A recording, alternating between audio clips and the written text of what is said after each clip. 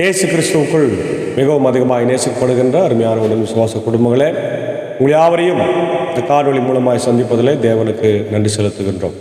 காலை நேர இறை தியானத்தை ஆரம்பிக்கலாம். நமது ஆரம்பம் பிதா, குமாரன், பரிசுத்த ஆவியின் திருப்பெயரில் உள்ளது. ஆமென். ஜெபிப்போம். துதிகளின் மத்தியிலே மகிமையோடு வீற்றிருக்கிறவரே, எங்கள் ராஜாதி ராஜாவே, கர்த்தாதி கர்த்தாவே, இந்த ஆசீர்வதிக்கப்பட்ட காலை வேளைக்காய் ஆண்டவர் நன்றி செலுத்துகின்றோம். கடந்த போன இரவில் எங்களோடு இருந்து எங்களை காத்திருளினீர். நன்றி ஆண்டவரே. இந்த காலை நேரத்திலும் உம்முடைய இறை வார்த்தையை கொண்டு நீர் பேசு ராஜா, நாங்கள் கேட்கின்றோம். இந்த நாளின் இறை செய்தி, பாடல் வேலை, ஜெப வேலை ஆசீர்வதியும் இது கேட்டு பயன்பெறுகிற எல்லா மக்களுக்கும் உம்முடைய இறை ஆசிரியர்களை தந்து வழிநடத்தும். இயேசுவின் மூலம் ஜெபிக்கும் நல்ல பிதாவே, ஆமென். காலை வேளையில் 374வது பாடலை சாரோடு இணைந்து பாடுவோம். பாதம் ஒன்றே வேணும், இந்த பாரில் எனக்கு மற்ற ஏதும் வேண்டாம் என்ற பாடலை சாரோடு இணைந்து நான் பாடுவோம்.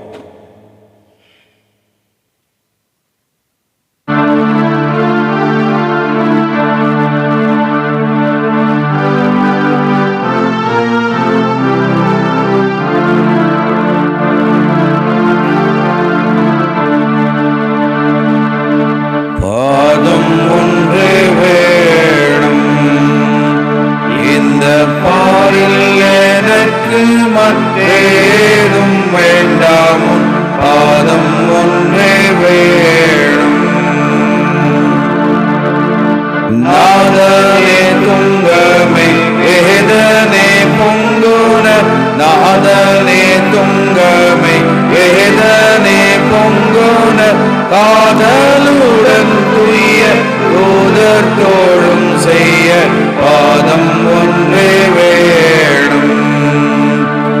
இந்த பாரில் எனக்கு மற்றேதும் வேண்டாமும் பாதம் ஒன்றே வேணும். சீரும் புயலினால் வாரிதி பொங்கிட, சீரும் புயலினால் வாரிதி பொங்கிட, பாரில் நடந்தார்போல் நீர்மேல் நடந்த உன் பாதம் ஒன்றே வேணும். இந்த பாரில் எனக்கு மற்றேதும் வேண்டாமும் பாதம் ஒன்றே வேணும். வீசும் கமழ் கொண்ட வாசத்தயலத்தை, வீசும் கமழ் கொண்ட வாசத்தயலத்தை ஆசையுடன் மாறி பூசி பணிந்த பாதம் ஒன்றே வேணும். இந்த பாரில் எனக்கு மற்றேதும் வேண்டாமும் பாதம் ஒன்றே வேணும்.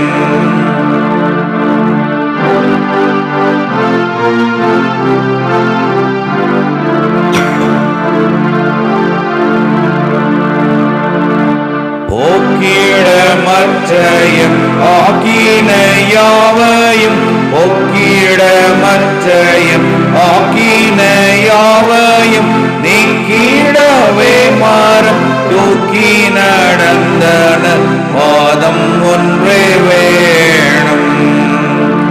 இந்த பாரில் எனக்கு மற்றேதும் வேண்டாமும் பாதம் ஒன்றே வேணும்.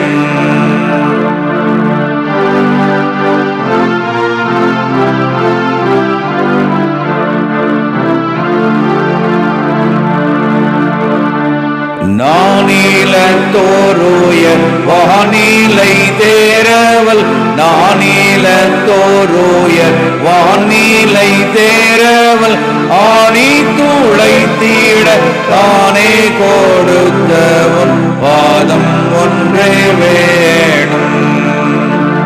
இந்த பாரில் எனக்கு மற்றேதும் வேண்டாமும் பாதம் ஒன்றே வேணும்.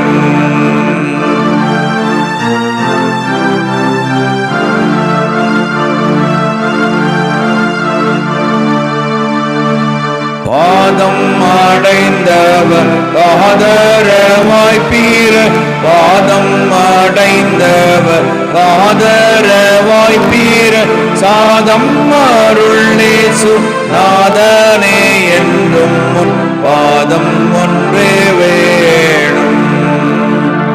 இந்த பாரில் எனக்கு வேறும் வேண்டாம், உன் பாதம் ஒன்றே வேணும். பாதம் ஒன்றே வேணும். இந்த பாரில் எனக்கு வேறும் வேண்டாம், உன் பாதம் ஒன்றே வேணும்.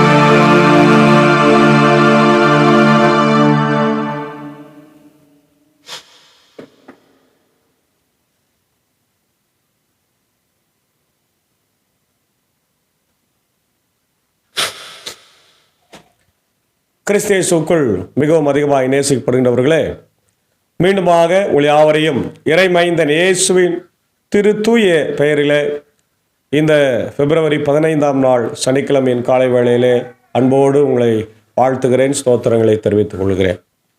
இந்த நாளிலே தியானிக்கும்படியாய் தெரிந்து கொண்ட வேத பகுதி அது விடுதலை பயணம், யாத்ராகமம் 34ஆம் அதிகாரம் 29 முதல் 35 வரை உள்ள வசனங்கள். இந்த பகுதியில் பார்த்தீங்கன்னா மோசே சீனாய் மலையிலிருந்து இறங்கி வருகின்றதையும் மக்களோடு அவர் பேசுகின்றதையும் நம்ம பார்க்கின்றோம். The transformation of Moses and the glory of God. மோசேனுடைய முகத்தில் இருந்த மகிமையும் கடவுளுடைய மகிமையும், மோசேன் முகத்தில் இருந்த அந்த மிகப்பெரிய மாற்றம், அதே நேரத்தில் கடவுளுடைய மகிமையை நம்ம பார்க்கின்றோம். அதான் இந்த 29-30 நம்ம அதான் பார்க்குறோம். இதனுடைய பின்னணியை நம்ம பார்க்கும்போது இந்த யாத்ரா புத்தகத்தில் முக்கியமாக இந்த 34ஆம் அதிகாரம் இஸ்ரவேல் மக்கள் கடவுளுக்கு விரோதமாக முறுமுறுக்கிறதை நம்ம பார்க்குறோம். Israelites rebellion against the God. 10 கற்பனைகளை பெற்ற பின்பு மோசே இறங்கி வருகிற போது இவர்கள் என்ன செய்கிறாங்க? எதை செய்யக்கூடாது என்று முதல் கற்பனையில் சொல்லியிருக்கிறாரோ அதை தான் செய்தார்கள். தங்களிடத்தில் இருக்கிற எல்லா பொண்ணுகளையும் எல்லாம் உருக்கி, தங்கத்தை எல்லாம் உருக்கி ஒரு கன்றுக்குட்டியை செய்து அதை கடவுளாய் வணங்கினார்கள். இதுதான் எங்களை இஸ்ரவேல் மக்களை எங்கிறது கொண்டு வந்தது, எகிப்திலிருந்து எங்களை மீட்டு வந்தது. ஆனால் கடவுள் அவங்களை எவ்வளோ கஷ்டப்பட்டு மோசேயின் வழியாக 10 வாதைகளை செய்து மீட்டார். பார்வோனை செங்கடலில் அழுத்தினார், செங்கடலை பிளந்தார் என்பதை அவங்க மறந்துட்டாங்க. யாத்ரா 32:1-35 நம்ம அதை பார்க்குறோம். அப்போது கடவுளுக்கு கோபம் வருகிறது. மோசே மிகப்பெரிய கோபத்தை அடைகிறார். இப்போ மோசே கீழே இறங்கி தன்னுடைய கையில் கொண்டு வந்த அந்த 2 கற்பலகையை உடைத்து போடுகிறார். திரும்பியும் தன் மக்களுக்காக மன்றாடுகின்றதை நம்ம பார்க்குறோம். ஆண்டவரே என் மக்களை மன்னியும் என்று மன்றாடுகிறார். 32:11-14, 30-35 நம்ம பார்க்குறோம். அப்புறம் அந்த டேப்லெட்ஸை உடைத்து போடுகிறதை நம்ம பார்க்குறோம். As a result of the Israelites' rebellion, Moses broke the 2 tablets of the covenant, symbolizing the broken relationship between God and the Israelites. இஸ்ரவேல் மக்களை கடவுள் நேசிக்கல, அவங்க பிரிஞ்சிட்டாங்க அப்படின்ற அர்த்தமுடையதாக அவர் 2 டேப்லெட்ஸையும் இந்த கற்பலகையும் உடைத்து போடுகிறார். அப்புறம் மீண்டும் 2 கற்பலகையை அவர் உருவாக்குறார். பாருங்க, God instructed Moses to cut 2 new tablets and he wrote the 10 commandments on them again. மீண்டும் அதை அவர் எழுதுகிறார். 34:1-4 வசனத்தில் நம்ம பார்க்க முடிகிறது. அதுதான் இந்த பகுதியில் நம்ம பார்க்கிறோம். இப்போ Moses encounter with God. Moses encounter with God on Mount Sinai and the impact it had on his life. அவருடைய வாழ்க்கையில் அது எவ்வளோ பெரிய தாக்கத்தை ஏற்படுத்தியது என்பதையும் நாம் இங்கே பார்க்கின்றோம்.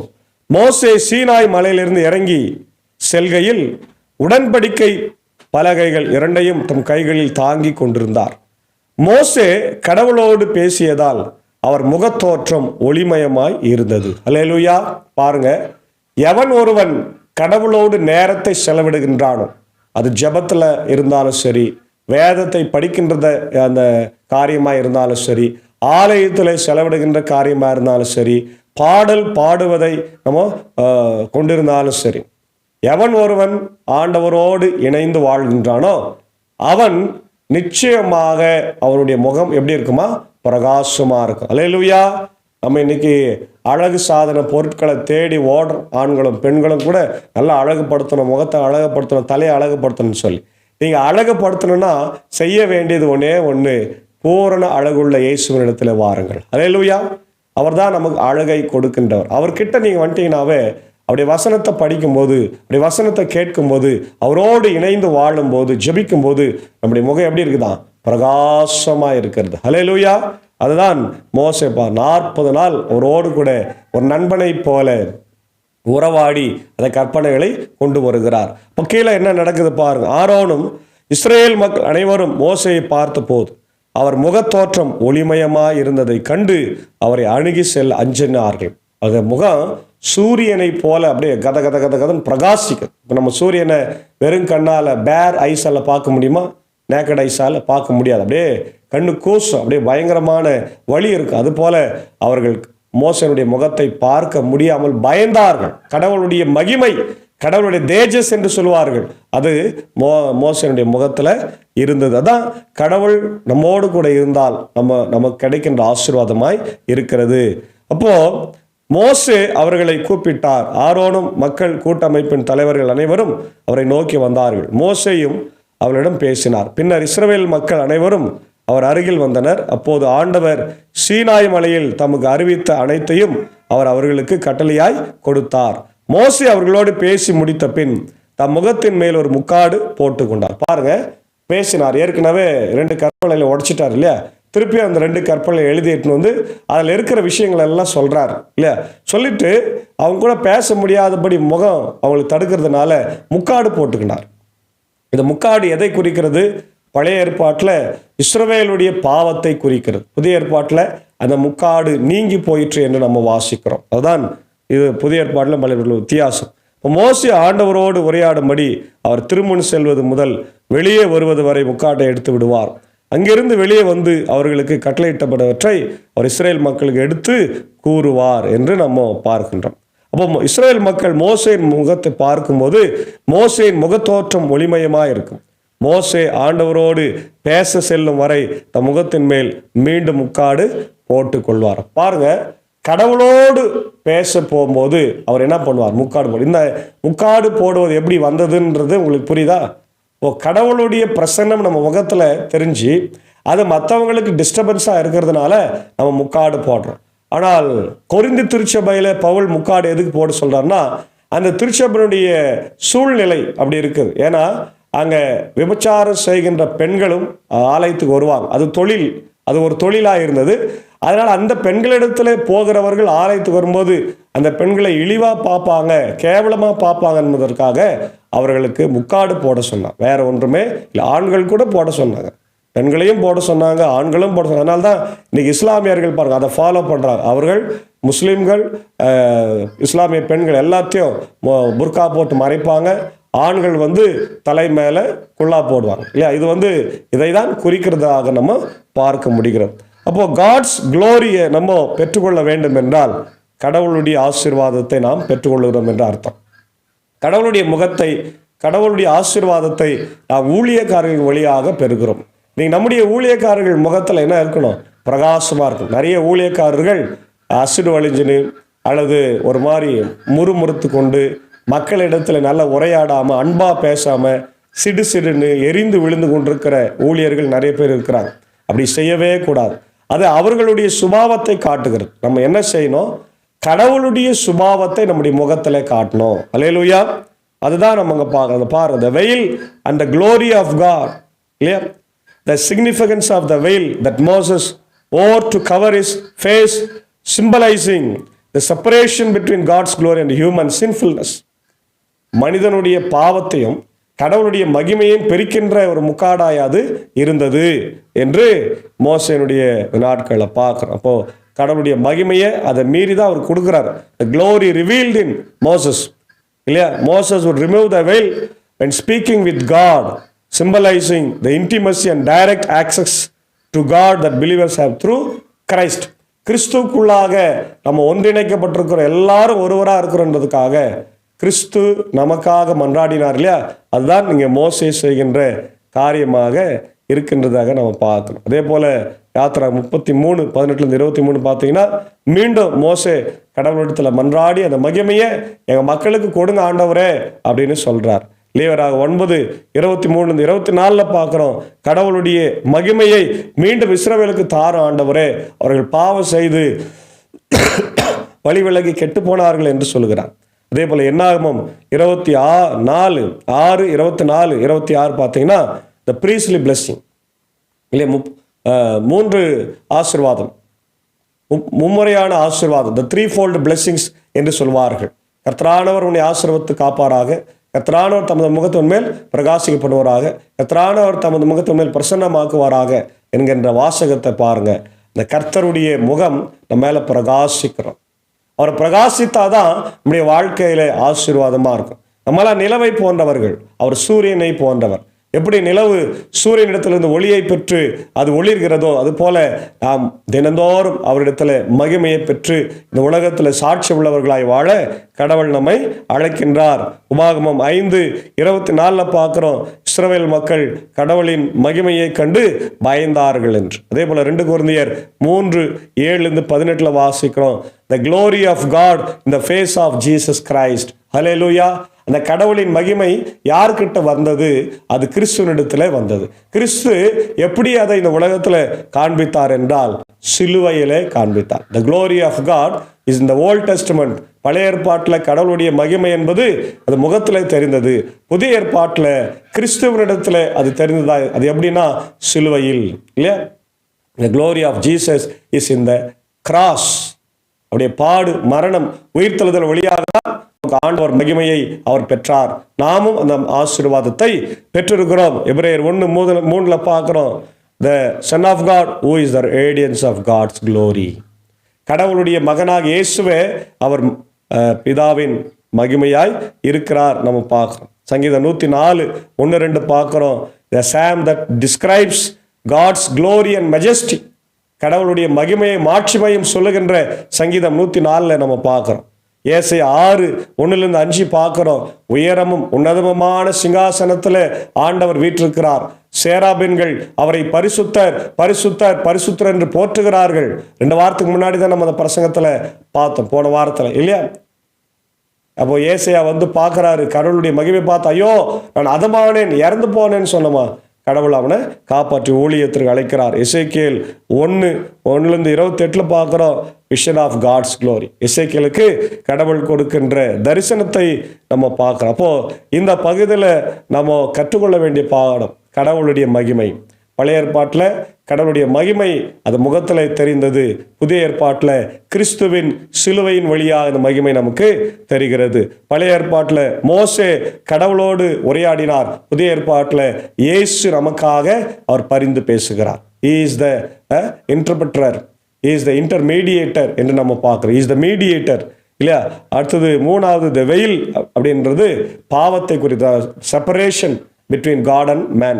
இப்போ புதிய ஏற்பாட்டில் அது இயேசு அதையும் நீக்கி போட்டார் என்பதை பார்க்கிறோம். அதே போல the face of God symbolizes God's presence and glory. கடவுளுடைய முகம் என்பது அவருடைய இருப்பு தன்மை, உடன் இருப்பை ஆசீர்வாதத்துகிறது. அப்போ புதிய ஏற்பாட்டில் இயேசு ஆண்டவர் நமக்கு கொடுத்திருக்கிறது வார்த்தை, கடவுளுடைய வார்த்தை. இந்த வார்த்தை நம்ம படிக்கும் போதெல்லாம், ஜபிக்கும் போதெல்லாம் அவர் நம்மோடு கூட தான் இருக்கிறாரு அப்படின்ற இந்த உண்மையை நமக்கு ஆண்டவர் கற்றுக் கொடுக்கிறார். ஆகவே இந்த காலை நேரத்தில் தேவனுடைய பிள்ளைகளே, நாம் ஆண்டவருடைய மகிமையை பெற்றிருக்கிறோம். நம்மையும் ஆண்டவரை பிரிப்பது பாவமே. ஆகவே பாவத்தை விட்டு ஒழித்து புதிய பிள்ளைகளாய் கிறிஸ்தவ மக்களாக ஆண்டவருக்குள்ளாய் சாட்சியை ஜீவிக்க தூய ஆவியானவர் தாமே நம்மை வழிநடத்தி காப்பாராக. ஆமேன். ஜெபிப்போம்.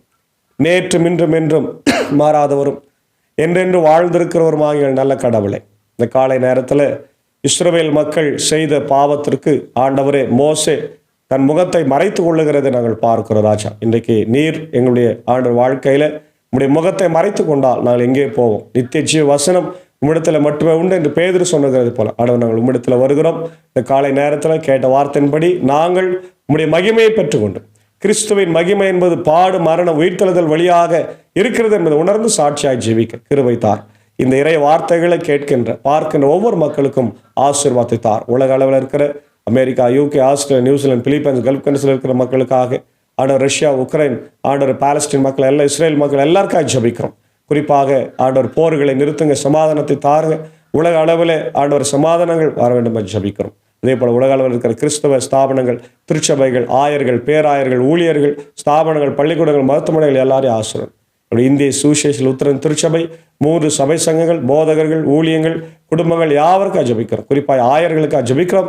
சிறப்பான ஊழியத்தை முன்னெடுக்க, அரசியல் கலப்படமில்லாத ஊழியத்தை முன்னெடுக்க என் தேவன் கிருபை தார். ஆண்டவரே, என்னுடைய பேர்னாம்பட் எம்ஆர்சி பள்ளிக்காக, ஆம்பூர், வேலூர் டெஃபண்டம் பள்ளிகளுக்காக, ஆண்டவரே இதோ பர்கூரில் இருக்கிற பிளைண்ட் ஸ்கூல் எம்ஆர்சி பள்ளிகளுக்காக நான் ஜெபிக்கிறோம். கர்த்தர் ஆசீர்வதிங்க, வழி நடத்துங்க, தேவையை சந்திக்க வேண்டுமா ஜெபிக்கிறோம். ஆண்டவருடைய பெதஸ்தா மருத்துவமனைக்காக ஜெபிக்கிறோம். ஆண்டவரை கண்ணோக்கி பாருங்க, திறக்கும்படியான சூழ்நிலை உருவாக்கி தார். ஆண்டவரே, என்னுடைய அருமையான கர்த்தாவே பள்ளிக்கூடங்கள், ஆண்டவர் கண்கடியா ஆண்டவர் பள்ளிக்கூடங்கள் ஒவ்வொருவரையும் பேரம்பட்டு, ஆம்பூர், வாணியம்படி, ஆண்டவரே மற்ற இடங்களில் இருக்கிற எல்லா பள்ளிக்கூடங்களையும், நாகர்கோவில், ட்ரிவாண்ட்ரத்தில் இருக்கிற பள்ளிக்கூடங்களையும் ஸ்தாபனங்களையும், என்னுடைய கண்கடியா தியாலஜிக்கல் செமினரி நாகர்கோவில், ஆண்டவரே மலப்புறத்தில் மற்ற இடங்களில் இருக்கிற மருத்துவமனைகள் எல்லாரையும் கர்த்தர் ஆசீர்வதிங்க. இந்த ஸ்தாபனங்கள் எல்லாம் ஆண்டவரே நாங்கள் உம்முடைய மாட்சிமைக்காக, மகிமைக்காக ஆண்டவரை பயன்படுத்தும்படியாக எங்களை கிருபை தர வேண்டுமா ஜெபிக்கிறோம். இந்த ஊழியத்தில் இருக்கிற என்னுடைய அன்பர் சாருக்காக, ஏஞ்சக்காவுக்காக, அன்பான பிள்ளைகள், மாத்தாள் மரியாளுக்காக ஜெபிக்கிறோம். இந்த சாக்கு சார் டீச்சருக்காக, அடியனுக்காக, குடும்பத்துக்காக ஜெபிக்கிறவங்களை எடுத்து பயன்படுத்துங்க. இந்த நாளில் கூட பலவீனமாக இருக்கின்ற என்னுடைய ஆண்டவரே நிக்சன் ஐயருக்காக, ராஜ்குமார் ஐயருக்காக, இப்படி உதனேசன் ஐயருக்காக, எட்வின் ராஜன் பாபு ஐயாவுக்காக, ஆண்டவரே என்னுடைய ஜானி அண்ணனுக்காக, என்னுடைய வனஜாமாவுக்காக, ஆலன் ரஃபியாவுக்காக, ஆண்டவரே லதா, தீபா, ஏழுமலை, வேலன் அவர்களுக்காக ஜெபிக்கிறோம். குறிப்பாய் இப்படிய பாப்பனப்பள்ளி திருச்சபனுடைய அன்புக்குரிய செயலரும் ஆண்டவரே ஆசிரியருமா இருக்கிற சாலமோன் சார், அவருடைய அன்பு தாயார் அமுதா அம்மாவுக்காக நான் ஜெபிக்கிறோம். கண்ணோக்கி பாருங்க, நல்ல சுகத்தை தாருங்க, பரிபூர்ண சுகத்தை கொடுத்து என் தேவன் ஆலயத்தை கொண்டு வந்து நீ சாட்சி சொல்லும்படியாக நான் ஜெபிக்கிறோம். இன்னும் ஆண்டவரே யார் யாரெல்லாம் பலவீனமாக இருக்கிறார்கள் கண்ணோக்கி பார். என்னுடைய அன்புக்குரிய ஆயர் ஆண்டவரே அருள் திரு ஜெபலாசர் ஐயருக்காக ஜெபிக்கிறோம். ஆண்டவரே கடந்த நாட்கள் ஏற்பட்ட பலவீனத்தில் நீர் இருந்திருக்கிறீர், இது சிகிச்சை பெற்று வீடு திரும்பியிருக்கிறார். அவரையும் அன்பு மனைவி பிள்ளைகளையும் கூட கர்த்தரின் தேவன் ஆசீர்வதிப்பீராக. தேவைகளை சந்தியும். இன்னும் யாரெல்லாம் ஆண்டவரை பலவீனமாக இருக்கிறார்களோ, ஆண்டவர் குறைவுள்ள வாழ்க்கையில் இருக்கிறாங்க, எல்லா குறைவுகளையும் தேவன் சந்திக்க வேண்டுமா ஜெபிக்கிறோம். தொடர்ந்து ஆண்டவரை இந்திய தேசத்திற்காக, ஜனாதிபதி, பிரதமருக்காக, எல்லா மாநிலத்தின் முதலமைச்சருக்காக ஜெபிக்கிறோம். குறிப்பாக மணிப்பூருக்காக ஜெபிக்கிறோம். மீண்டும் கலவரங்கள் ஏற்பட்டிருக்கிறது. ஆனால் ஆண்டவர் மத்திய அரசாங்கம் தலையிட்டு அந்த பிரச்சனைகளை தீர்க்க இந்த தேவன் கிருபைத்தார். அமைதியான சூழ்நிலை உருவாகட்டும். கடந்த ஏறக்குறைய 1.5 ஆண்டுகள் ஆண்டவர் எங்கள் சமாதானம் இல்லாமல் மக்கள் வாழ்கிறாங்க ராஜா, கண்ணோக்கி பாருங்க. அதே போல எங்களுடைய தமிழ்நாட்டில் அமைதி சமாதானத்தை தாருங்க ஆண்டவரே. அதே போல எங்களுடைய ஆட்சி செய்கிற இப்படி முதலமைச்சர், துணை முதல்வர், கவர்னர், ஆண்டவர் எம்எல்ஏக்கள், எம்பிக்கள், கலெக்டர்ஸ்க்காக, ஒவ்வொரு ஆண்டவர் ஊரில் இருக்கிற தலைவர்களுக்காக, பஞ்சாயத்து தலைவர்கள், வார்டு உறுப்பினர்கள் எல்லாரும் சேர்ந்து சிறப்பாக இந்த நாளிலே ஆண்டவர் பணியாற்ற கிருபை தாரும். குறிப்பாக இந்த நாளின் பணிகள், பயணிகள் ஆசீர்வாத நாளை தினத்தில் இப்படி ஆலயத்துக்கு வந்து வசனத்தை கேட்டு நமக்கு சாட்சியாக ஜீவிக்க கர்த்தர் எங்களுக்கு கிருபை தார். துதி கனமகிம் உமக்கே செலுத்துகிறோம். இறைமைந்தன் இயேசுவின் தூய திருப்பெயரில் ஜெபிக்கிற நல்ல பிதாவே, ஆமென். ஆண்டவராக இயேசு கிறிஸ்துவின் கிருபை, பிதாவாக தேவனுடைய அன்பு, பரிசுத்த ஆவியின் ஐக்கியம் நம் அனைவரோடு கூட இருப்பதாக. ஆமென். God bless.